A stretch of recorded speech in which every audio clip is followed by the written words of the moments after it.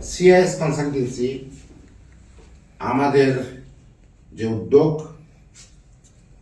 বাংলাদেশের শিক্ষা ব্যবস্থাকে আমরা আর এক ধাপ এগিয়ে নেওয়ার যে পরিকল্পনা গ্রহণ করেছি, এই একই পরিকল্পনার সাথে সম্পৃক্ত হয়ে গেছেন আমাদের আজকের নবনির্বাচিত মাননীয় প্রধানমন্ত্রী জনাব তারেক রহমান সাহেব। আমরা সবাই তাকে শুভেচ্ছা এবং অভিনন্দন জানাই।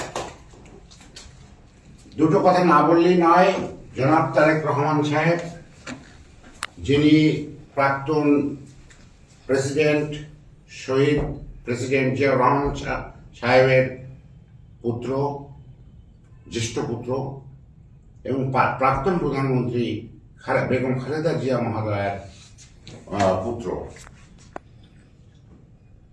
কালের বিবর্তনে একটা সময় 2006 থেকে যেটা শুরু হয়েছিল, যেটা আজ 2026-এ শেষ হলো, উনি বাংলাদেশের 20 কোটি মানুষের হৃদয়ের রাজা হয়ে গিয়েছেন।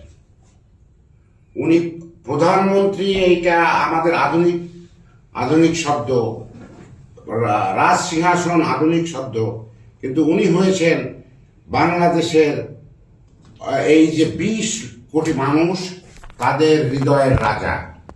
12ই ফেব্রুয়ারি 2026-এ আমরা সক্রিয়ভাবে